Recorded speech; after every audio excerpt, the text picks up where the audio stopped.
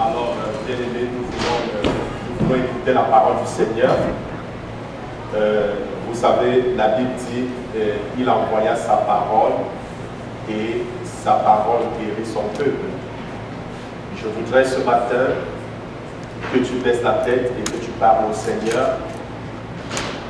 Dis-lui de préparer ton cœur, dis-lui de te bénir ce matin par sa parole.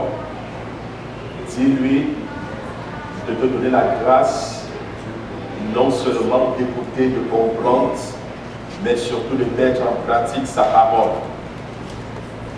Sa parole est forte, sa parole est puissante, sa parole est capable de te guérir, sa parole est capable de te délivrer, sa parole est capable de t'apporter tout ce dont tu as besoin. Dis-lui ce matin, Seigneur, j'ai besoin de ta parole. Que ta parole me libère. La Bible dit, vous connaîtrez la vérité et la vérité vous affranchira. La vérité vous libérera. Laisse que ta parole, Seigneur, ce matin me libère. Laisse que ta parole m'affranchisse ce matin. La Bible dit que l'onction que nous avons reçue nous enseignera toutes choses. Oui, bien-aimé, le Saint-Esprit est le meilleur enseignant. Dis au Saint-Esprit de t'enseigner ce matin. Dis au Saint-Esprit de te parler ce matin, comme un père parle à ses enfants. Merci Seigneur, au nom de Jésus. Amen. Alors, bien-aimé, je me rappelle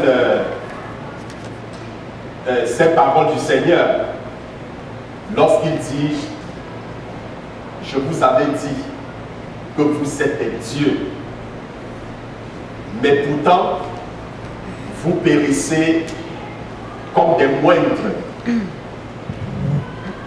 Je vous avais dit, vous êtes des dieux. Dieu ici, avec un petit d. D'accord? Comment on appelle, je ne sais pas, l'enfant d'un lion ou d'une lionne? C'est un lionceau, n'est-ce pas? Comment on appelle l'enfant d'un Dieu?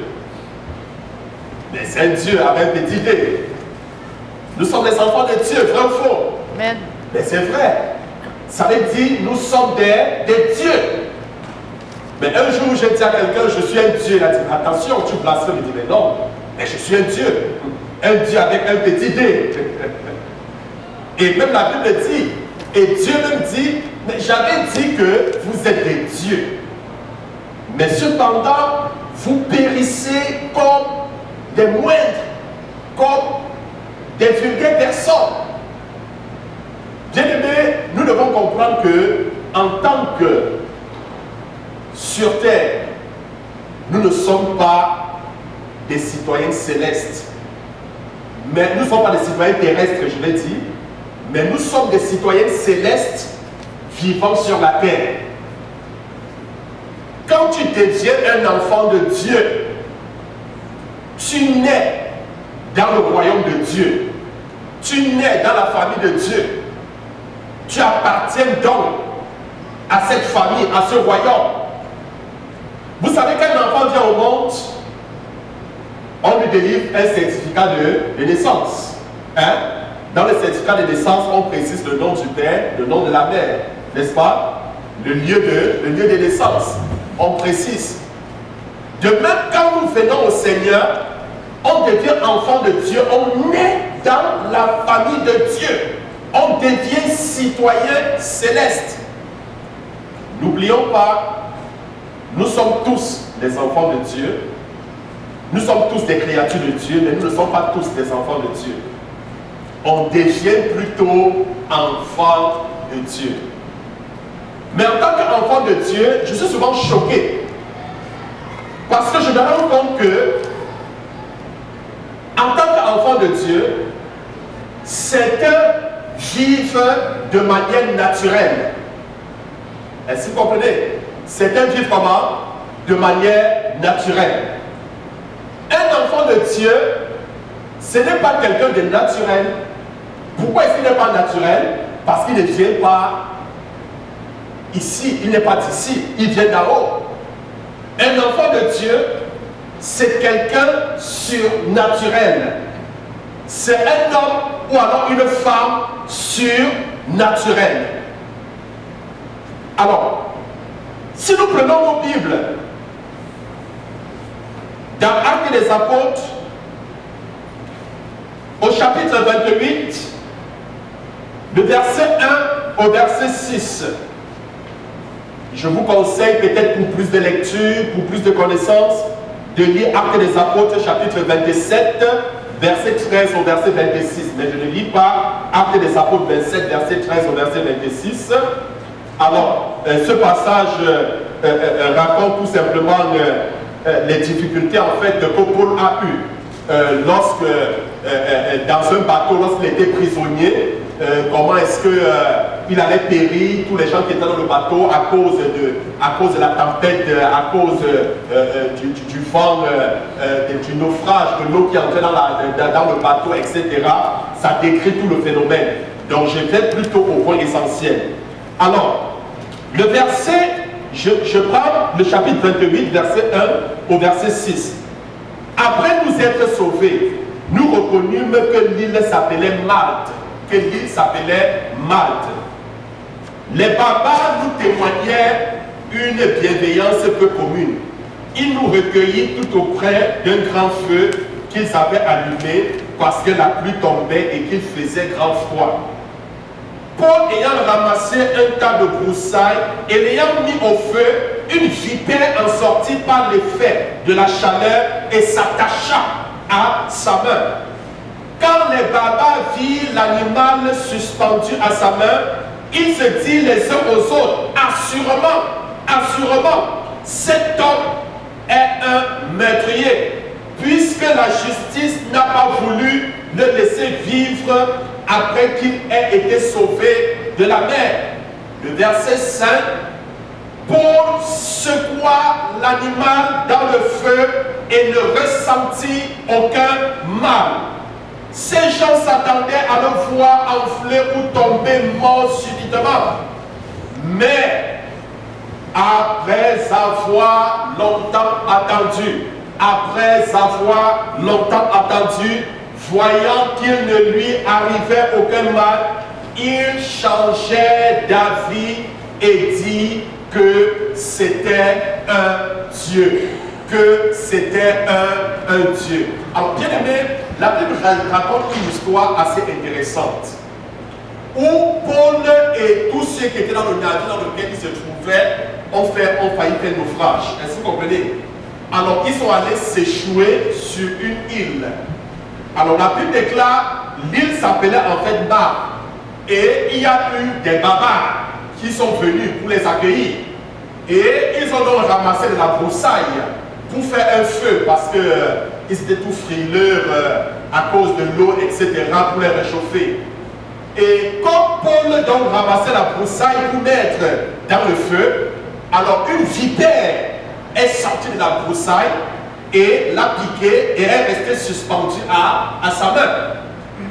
Alors, les gens qui étaient tout autour, les broussailles ont dit assurément, cet homme est un meurtrier.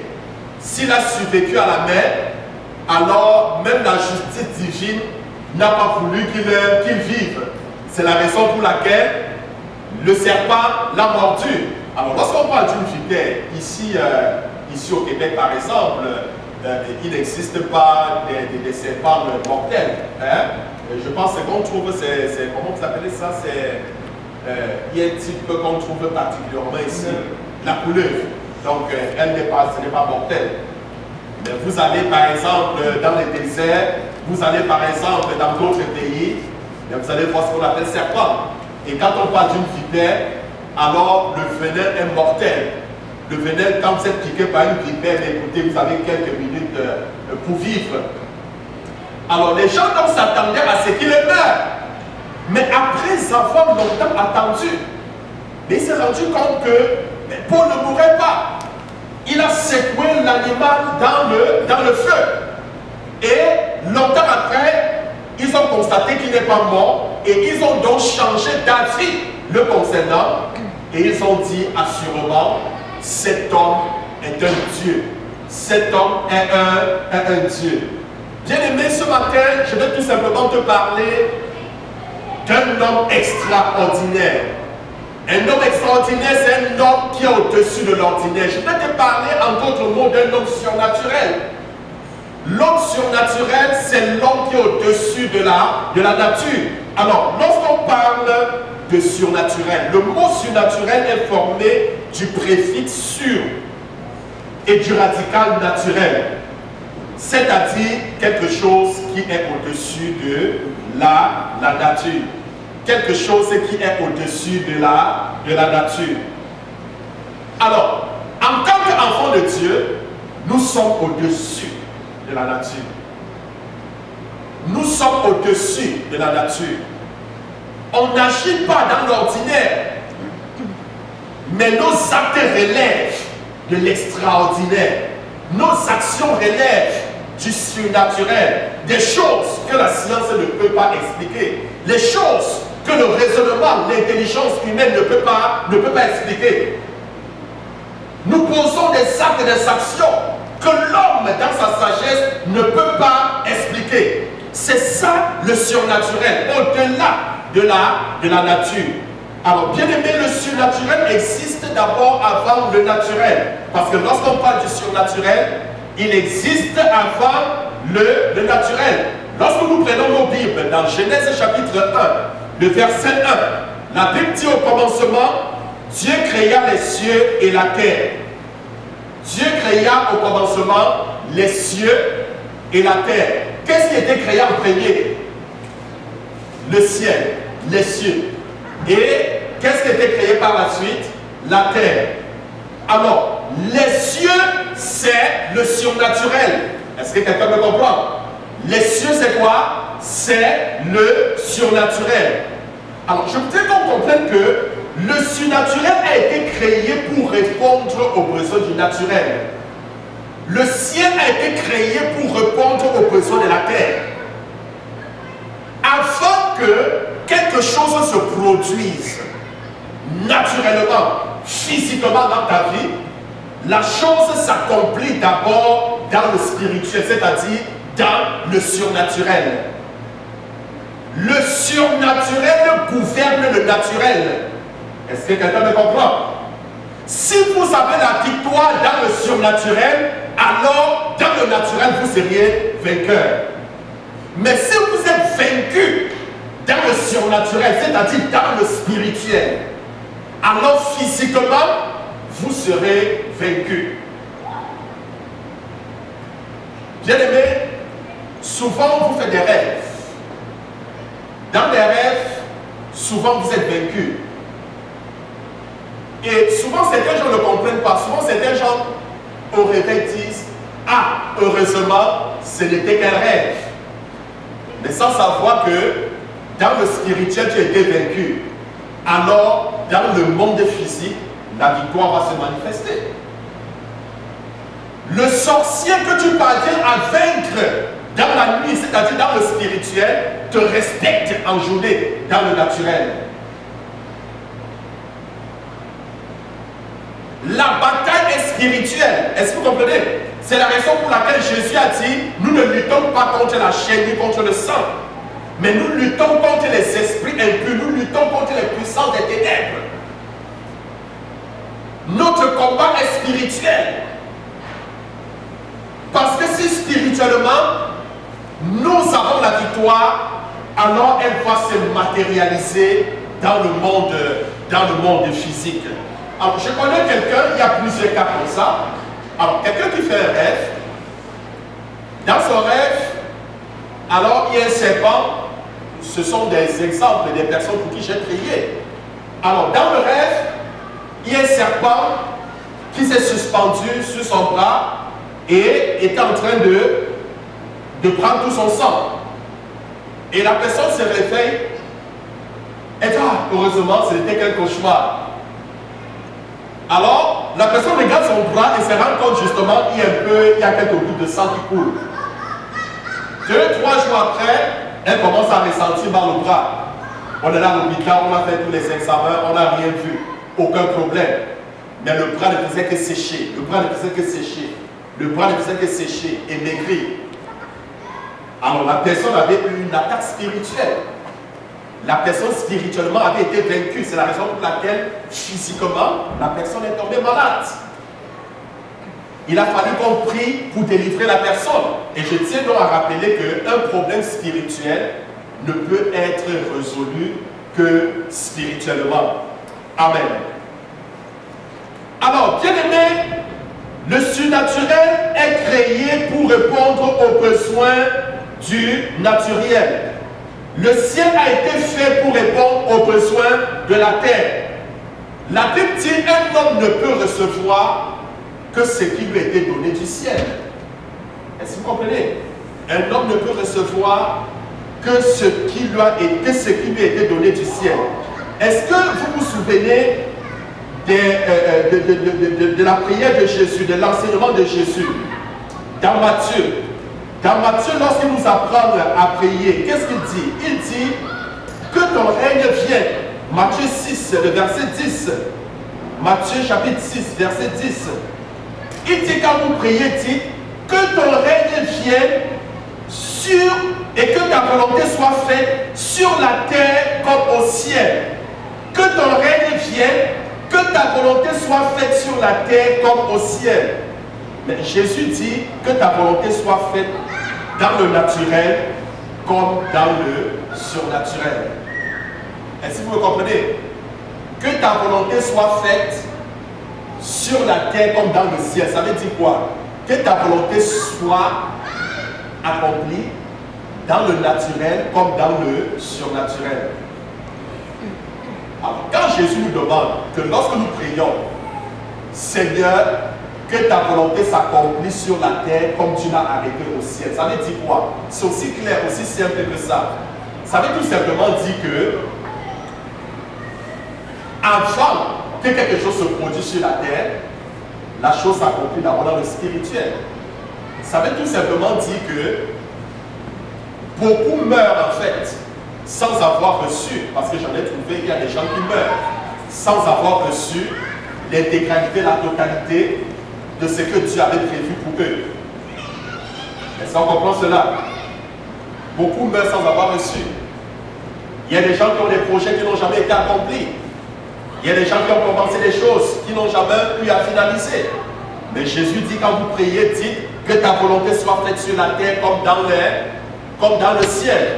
Ça veut dire qu'au ciel, Dieu a une volonté nous concernant. Dans le ciel, Dieu a des projets nous concernant. Et il nous demande de prier afin que ce qu'il a programmé pour nous au ciel puisse s'accomplir sur la terre.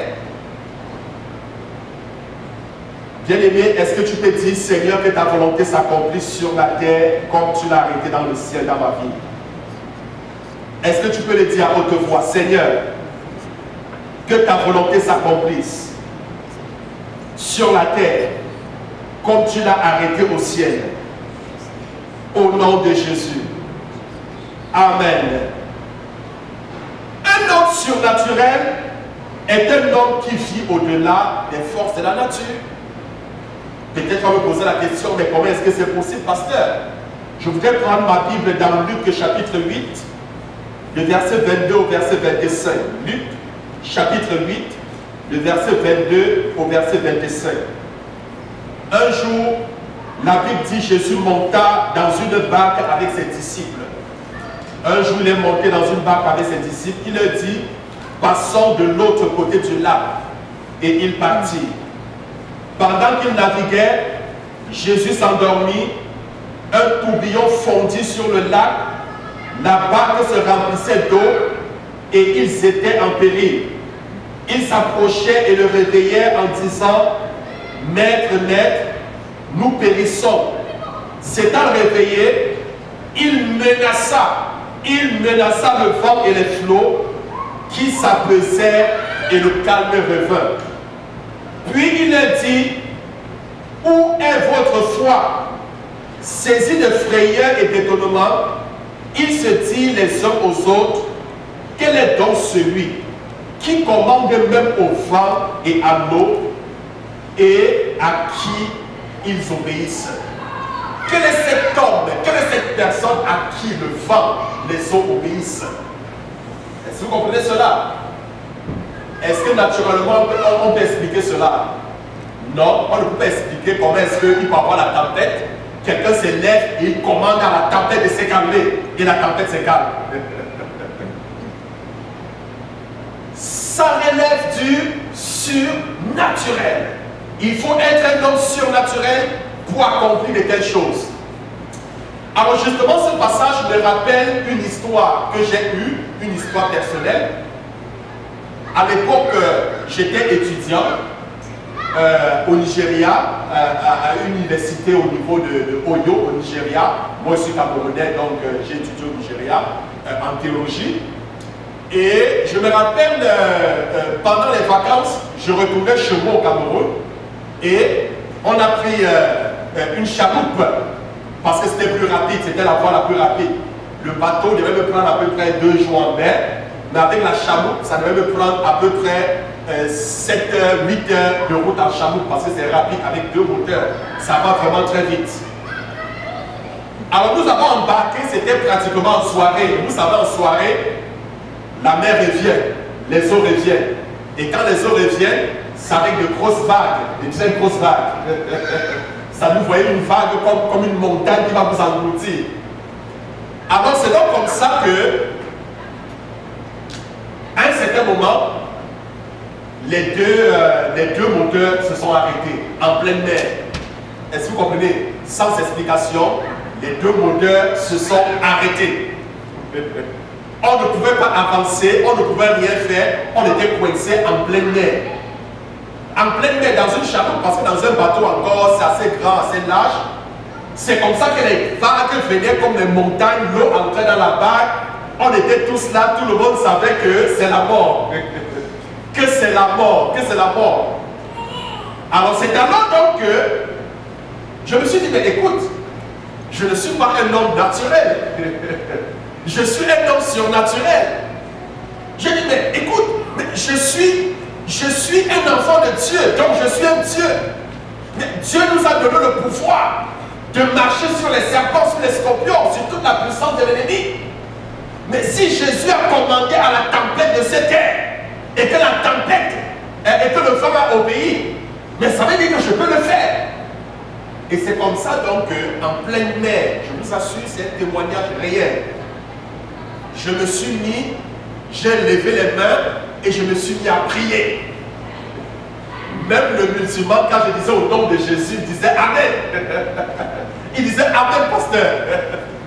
Alors quand je me suis mis à prier, c'est comme ça que la mer a commencé à s'adoucir.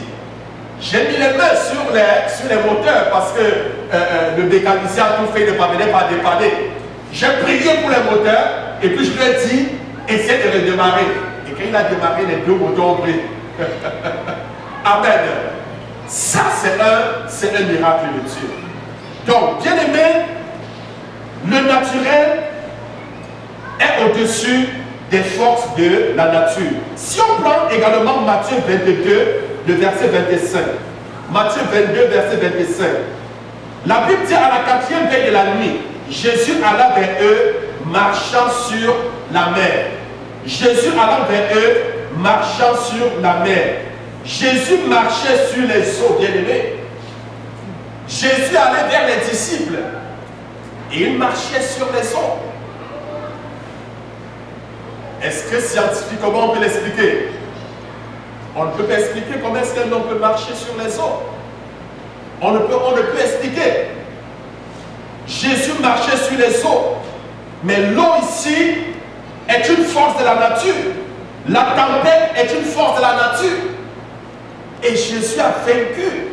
Jésus a vaincu. Et n'oubliez pas, Jésus a dit que ceux-là qui vont croire en lui, ils accompliront des œuvres plus grandes que ce que lui, il a accompli. Un homme surnaturel est un homme spirituel, il n'a pas peur des problèmes de la vie. Très souvent, nous avons peur aux problèmes de la vie. Un enfant de Dieu ne doit pas avoir peur aux problèmes de la vie. Non. Il ne recule pas face aux problèmes de la vie. Il n'a pas peur face aux problèmes de la vie. Je voudrais nous prendre un exemple dans Daniel chapitre 3. Daniel chapitre 3, le verset 17 au verset 27. Daniel 3, verset 17 au verset 27. Voici notre Dieu qui nous servons peut nous délivrer de la fournaise ardente et il nous délivrera de ta main, ô roi. Simon, sache, ô roi, que nous ne servirons pas tes dieux et que nous n'adorons pas la statue d'or que tu as élevée. Sur quoi Nebuchadnezzar fut rempli de fureur et il changea de visage en tournant ses regards contre Shadrach, Meshach et Abednego. Il reprit la parole et ordonna de chauffer la fournaise 7 fois plus qu'il convenait de la chauffer. Puis il commanda à quelques-uns des plus vigoureux soldats de son armée de lier Shadrach, Meshach et Abednego et de les jeter dans la fournaise ardente. Ces hommes furent liés avec leurs caleçons, leurs tuniques, leurs manteaux et les autres vêtements et jetés au milieu de la fournaise ardente.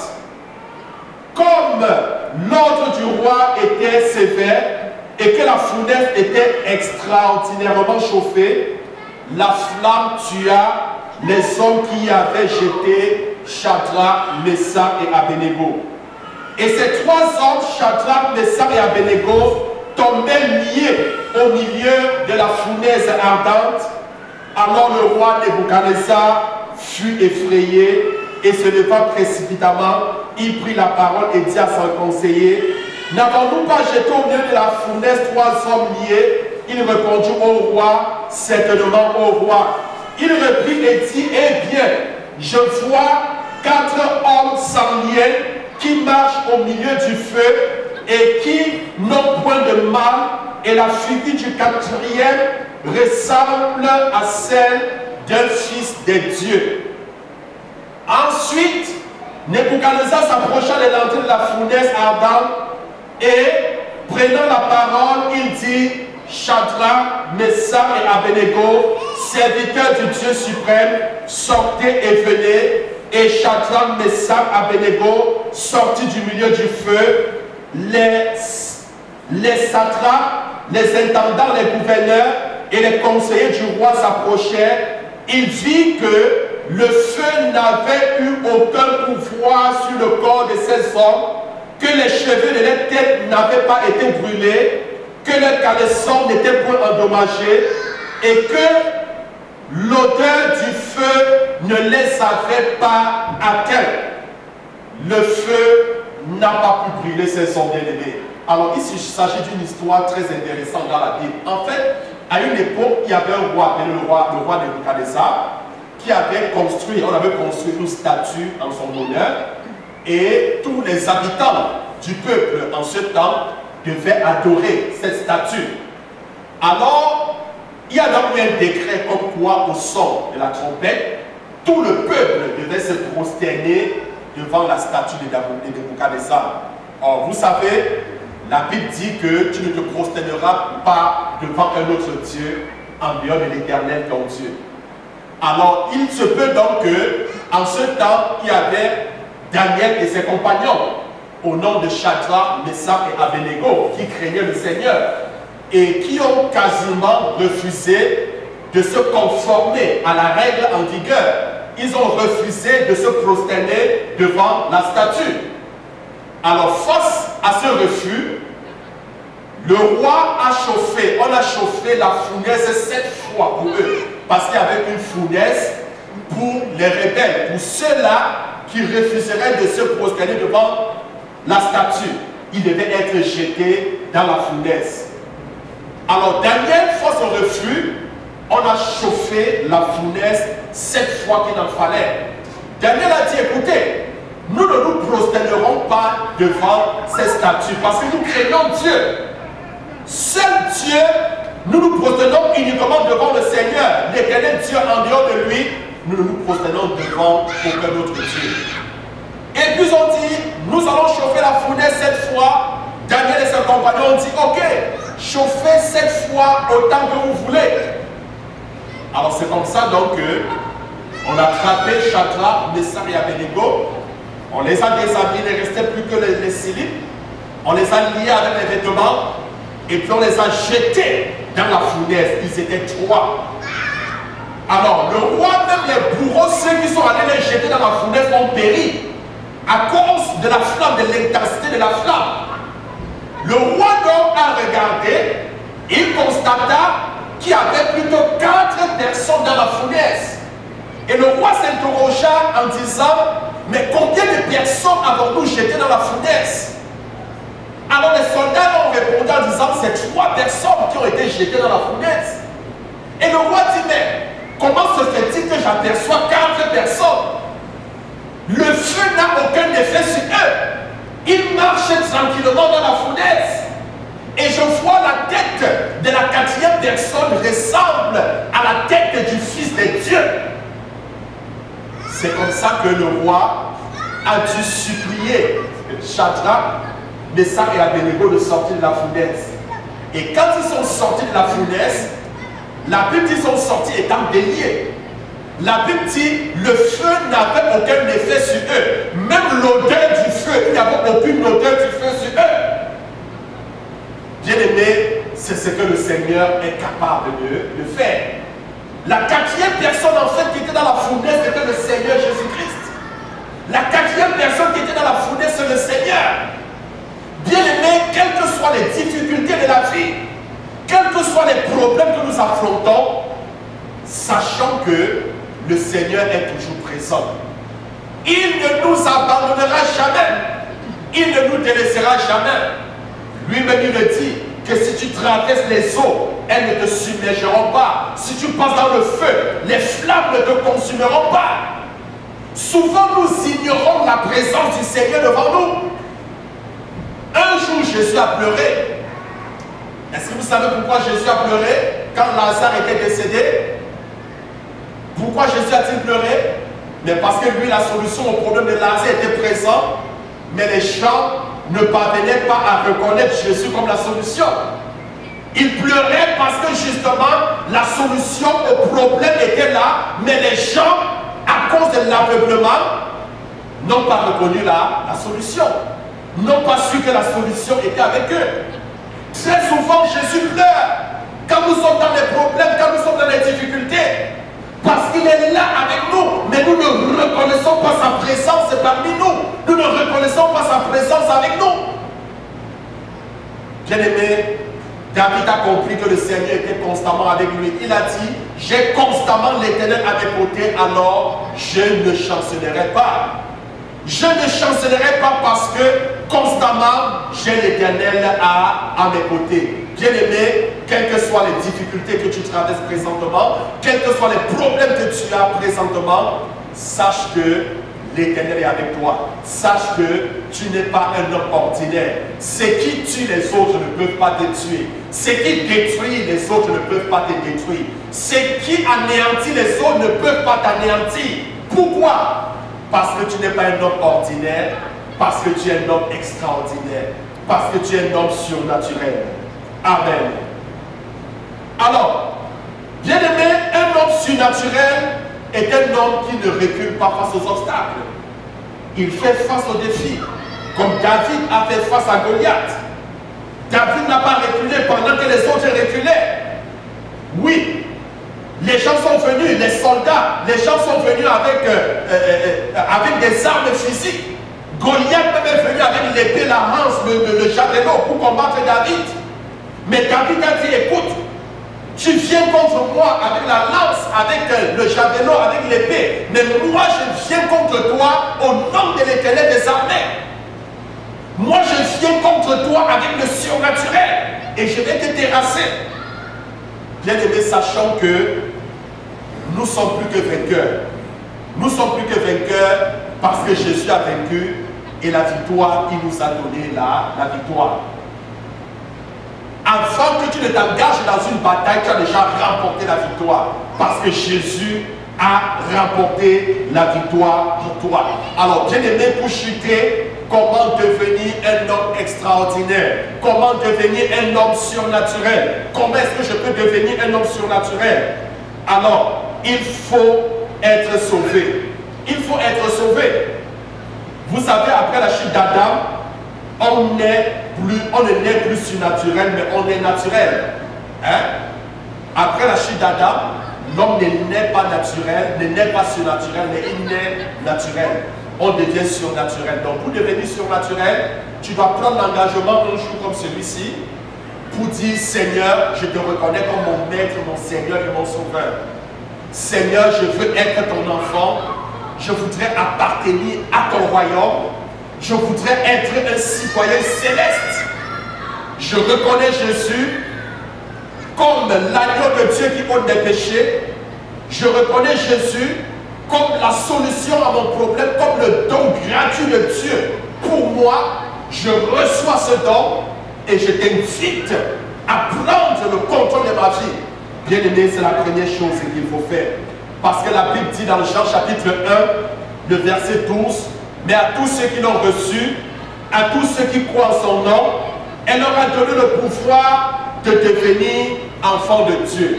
À tous ceux qui l'ont reçu, à tous ceux qui ont reçu la parole, à tous ceux qui ont reçu Jésus-Christ, à tous ceux qui ont accepté Christ comme l'agneau de Dieu, comme le don de Dieu pour nous.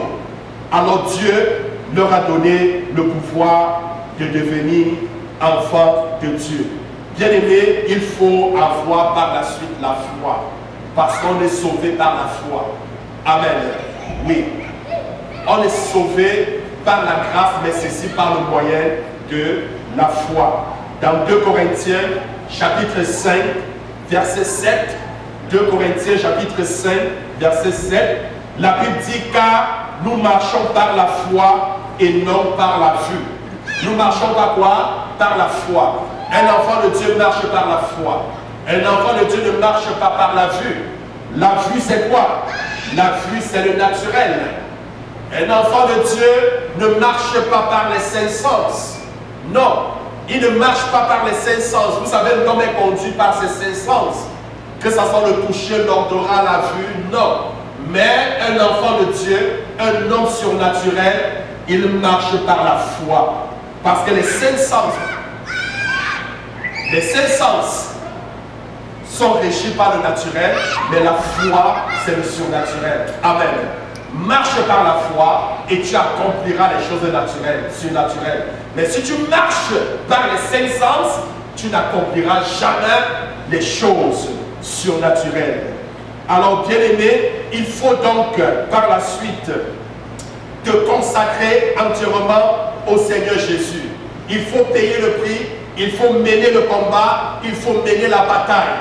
La Bible dit dans 2 Timothée, chapitre 3, 2 Timothée, chapitre 2, verset 3 au verset 6. 2 Timothée, chapitre 2, verset 3 au verset 6. Souffre avec moi comme un bon soldat de Jésus-Christ. Il n'est pas de soldat qui s'embarrasse des affaires de la vie s'il veut plaire à celui qui l'a enrôlé. Et l'athlète n'est pas couronné s'il n'a pas combattu suivant les règles. Il faut que le laboureur travaille avant de recueillir les fruits. Alors bien aimé, tu dois payer le prix, tu dois travailler. Le travail c'est quoi? Tu dois être un homme de jeûne et de prière. Tu dois apprendre à prier tous les jours. Que ce soit le matin, que ce soit à midi, le soir, tu dois prier à temps et à contre-temps. Tu dois prendre du temps même dans le jeûne. Beaucoup ne jeûnent pas, beaucoup ne savent même pas comment jeûner. Mais c'est très important parce qu'il y a des problèmes qu'on ne peut résoudre que par le biais du jeûne. Est-ce que vous comprenez? Il y a des démons qu'on ne peut chasser que par le jeûne. Il y a des solutions qui ne peuvent être acquises que par le jeûne et la prière. Soyons des hommes de jeûne et de prière. Souvent, face aux situations difficiles, nous devons nous retirer et nous devons jeûner. Amen. si nous voulons voir le surnaturel s'accomplir. Alors, bien-aimé, le Seigneur voudrait donc que tu comprennes ce matin que, en tant qu'enfant de Dieu, alors tu es quelqu'un de surnaturel. Ne te sous-estime pas, sache que le Seigneur est avec toi. Fais confiance au Seigneur et il ne t'abandonnera pas. Mets ta confiance en l'Éternel et il sera constamment avec toi. Quelles que soient les difficultés que tu traverses, reconnais la présence du Seigneur avec toi et tu vas vaincre tes ennemis. Ne cesse pas de prier parce que le Seigneur dit, demandez et l'on vous donnera. Matthieu 7, verset 7. Cherchez, vous trouverez, frappez, l'on vous ouvrira. Jésus a dit, priez dans Matthieu 6, verset 10, afin que ma volonté s'accomplisse sur la terre comme il est dans le ciel. Combien de fois as-tu prié afin que la volonté du Seigneur s'accomplisse sur la terre comme au ciel? Vous savez, très souvent, nous voulons que notre volonté s'accomplisse. Seigneur, je veux ci, je veux ça. Seigneur, accomplis ceci dans ma vie, accomplis cela dans ma vie. As-tu un jour pris du temps et demandé au Seigneur, Seigneur, je ne connais pas ce qui est bien pour moi. C'est toi qui m'as créé. Tu as élaboré un plan pour moi. Tu as un agenda au ciel dans lequel tu as des projets me concernant. Seigneur, que les projets que tu as arrêtés pour moi au ciel s'accomplissent sur la terre. As-tu déjà fait cette prière? Alors bien aimé, je t'encourage et je t'invite à prier dans ce sens. Alors, je voudrais tout simplement ce matin que tu baisses la tête et que tu parles au Seigneur. Quelle est la situation que tu traverses actuellement? J'ai à peu près 5 minutes de prière avec vous avant de clôturer. Quelle est la situation que tu traverses présentement? Es-tu malade? Souffres-tu dans ton corps, dans ta chair, dans ton âme, dans ton esprit?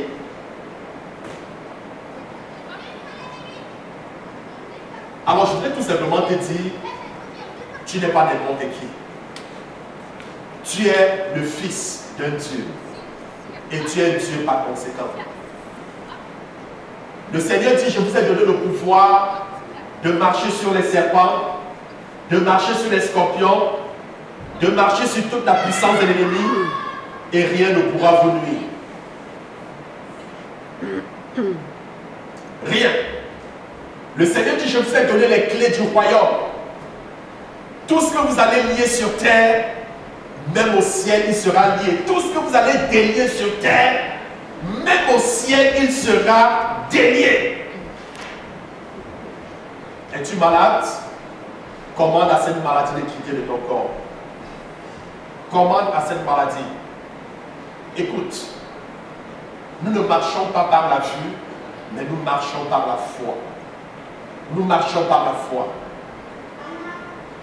Le Seigneur dit, prie afin que ce que j'ai arrêté au ciel te concernant s'accomplisse sur la terre.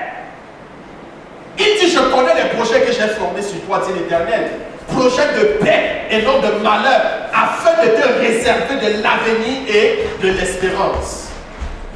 Les projets que le Seigneur a pour toi sont des projets de paix. Ce sont des projets de bonheur. Il veut te réserver un avenir et de l'espérance. Demande au Seigneur ce matin, Seigneur, que ta volonté s'accomplisse dans ma vie sur terre, comme tu l'as arrêté au ciel.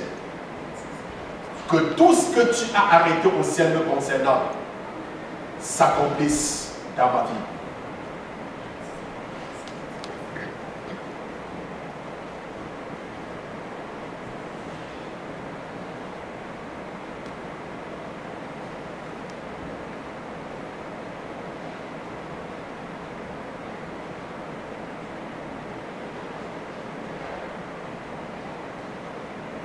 La Bible dit, quand vous demandez quelque chose, je ne sais pas avant, est-ce que tu as une requête particulière? Est-ce que tu as un sujet de prière? Quelque chose qui te tient tant à cœur? Présente ces choses au Seigneur. La Bible dit, demandez et l'on vous donnera. Qu'aimerais-tu que le Seigneur fasse pour toi? Parle au Seigneur. et reçois-le au nom de Jésus. Un homme ne peut recevoir que ce qui lui a été donné du ciel. Est-ce que tu peux bénir le Seigneur? Est-ce que tu peux lui dire merci de t'avoir exaucé? La Bible dit quand vous demandez quelque chose, croyez que vous l'avez reçu et vous verrez la chose s'accomplir. Dis merci au Seigneur de t'avoir donné ce que tu lui as demandé. Dis merci au Seigneur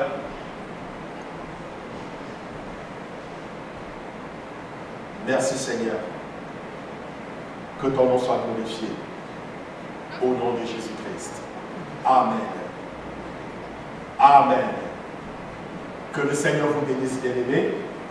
Alors, nous vous donnons rendez-vous demain lundi. Demain lundi, nous avons des enseignements sur Zoom portant sur la fin des temps.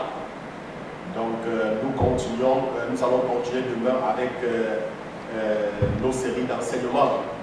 Alors, sinon, demain à 19h30 sur Zoom, pour ceux qui ne sont pas enregistrés et qui voudraient suivre les enseignements, bien vouloir tout simplement rencontrer Karine ou France juste en arrière. Elle va juste prendre votre adresse courriel pour l'inscription et puis on vous enverra le lien qui va vous permettre de vous connecter. Et nos cultes habituels, c'est tous les dimanches à partir de 10h30. Que le Seigneur vous bénisse.